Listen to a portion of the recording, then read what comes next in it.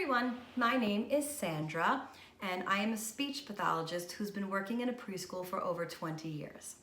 I know right now we are currently experiencing circumstances that are unprecedented and uncharted, and we're dealing with this pandemic. And I know many families are faced with challenges that other generations haven't had to face, but as history has shown us, even though times are hard, we will persevere. Now, I want to encourage families and let them know that there are many things that we can do at home to help our children learn. And you don't need expensive computer programs and expensive toys to do this. Let's remember, years ago, they didn't have iPads and computers in every house. Come to think of it, did I have iPads and computers when I was growing up? Nope. That's my point. We don't need them. They're great, but we don't need them. Children who are preschool age definitely learn through play and interactions with their family, with their siblings, with their parents. They learn from play dates and peers and from their environment. While I know we can't have any play dates right now, no play dates. Remember, no play dates right now. But it is a great time for families at home to break out those games and break out those puzzles. And if you don't have that, don't worry about it. Get out some cups and old socks, and the reason why I'm doing this in the kitchen is so we can cook up some ideas, okay? Now, imagination and pretend play are really an important part of a child's development. And I want to tell you something really important. I know some of us have those toys that, let's say a barn for instance, and the cow walks into the barn and there's a button to push with a picture of a cow, and then the barn automatically says moo. Take those batteries out. Listen to this. Don't let the toy do the talking for your child. Let your child do the talking for the toy. Keep that in mind when we have all of those toys that make sounds and talk for our children. Pull out those batteries. Have them do it. Let them do it. Let them make the animal sounds. Let them do the counting when the little cookie goes into the cookie jar. Let them do it. Let's teach them to use their voice. Now, back to what I was saying about imaginary play. You can go around the house and start gathering all these household objects from around your home.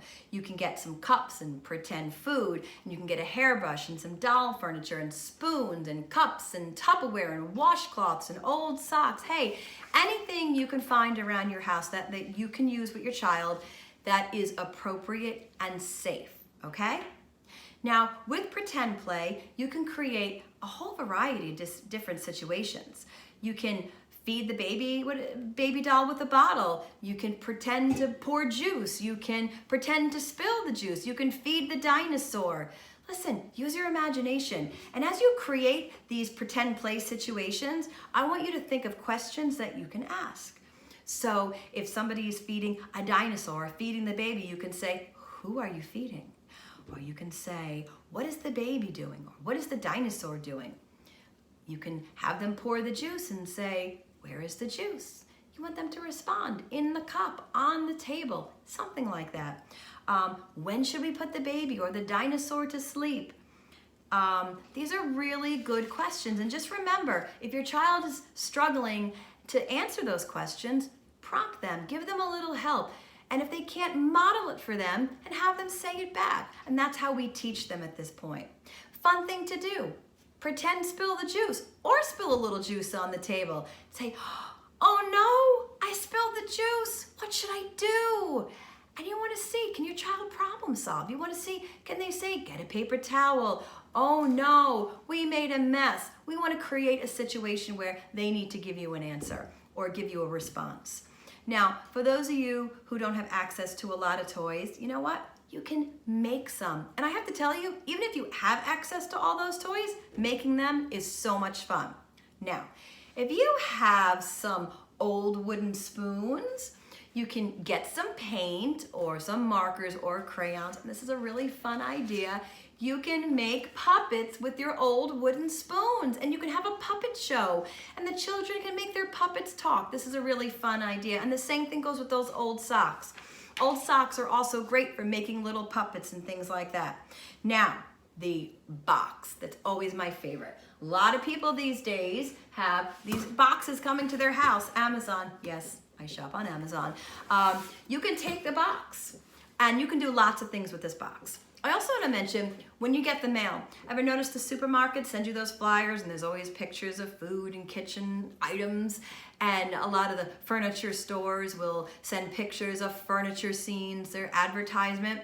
You know what? You can draw a little pretend kitchen on here, and then you can draw a little pretend bedroom, and you can cut out some of those pictures, and you can do a sorting activity. All right, let's find something that goes in the kitchen. That might be the apple. Let's find something that goes in the bedroom. That would be the bed, and you can have a really great time with that. You can also make your own picture scene, and here's the other thing you can do. You can take a little piece of that cardboard that you had, okay, rip it out, and you can make a person. Now, I am not an artist, I will tell you that right now, so don't make fun of my little stick person. But you can make a little stick person, and on your box that you've created, you can have a tree and some flowers, whatever you can or want to draw. And then you can have your child follow some directions, and you can tell your child, put the girl on the swing. You can say, put the girl in front of the tree. You can say, put the girl in between the flowers. You can do lots of different things with this. Boxes are really, really a great thing to have fun with. The next thing you can do is if you have an old tissue box. You have an old tissue box, you can find some objects or items, sorry, my hair's in the way. You can get some objects and items and stick them in the tissue box and have your child stick their hand in and pull it out. So it's a surprise for them. They won't know what's in there. And then you can ask your child to label it, tell you what it is. You can ask them questions about it. You can ask them what color it is. How does it feel? Is it heavy? Is it light? Is it red? Is it blue? What do we do with it? You can even sing a little song before they pick, and you can say, what's in the surprise box? What's in the surprise box? I don't sing either, but you can have a lot of fun with the tissue box. You can take those objects and you can give your child some directions. You can say, put the ball on the table and the spoon under the chair. So now you're giving them directions, and you're giving them directions that involve location and prepositions, which is a really great learning thing to do. Now you can also, I like this one, you can take old water bottles and you can also paint these or put some paper around them, and you can make people out of water bottles.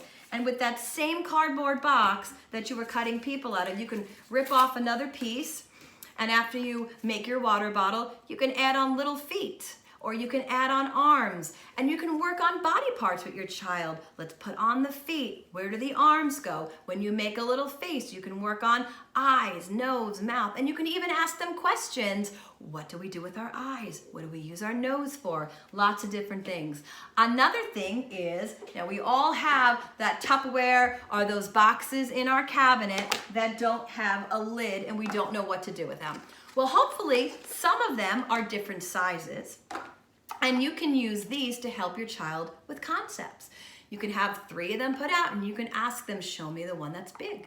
Show me the one that's little.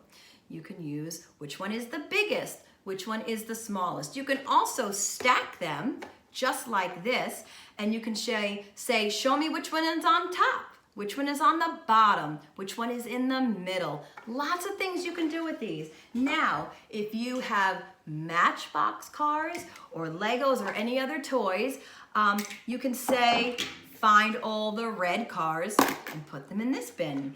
And you can say, find all the black cars and put this in this bin. So you can go ahead and you can turn this into a sorting activity. And if you're lucky, you'll get all those cars cleaned up off your floor, or all those Legos or whatever you have on the floor. The kids like to do that. They think it's a fun sorting thing, and it can help mom. Great idea. Now, if you don't get an Amazon box or you don't have a box at home, don't worry.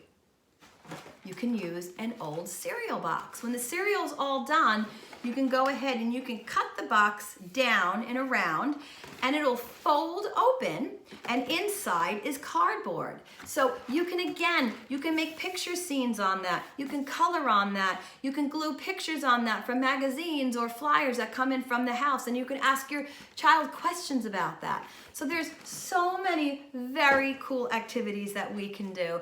And I just want to let you all know that I wish you the best of luck with this. These were just a few ideas, and I'm sure you can come up with so many more ideas on your own. And as Shakespeare said, all the world is a stage and we all have to play our part. And you know what? You are going to do great in this part. And I know you're going to have great ideas, and you're probably going to give me some great ideas. So everybody stay well, and I will talk to you soon. Bye.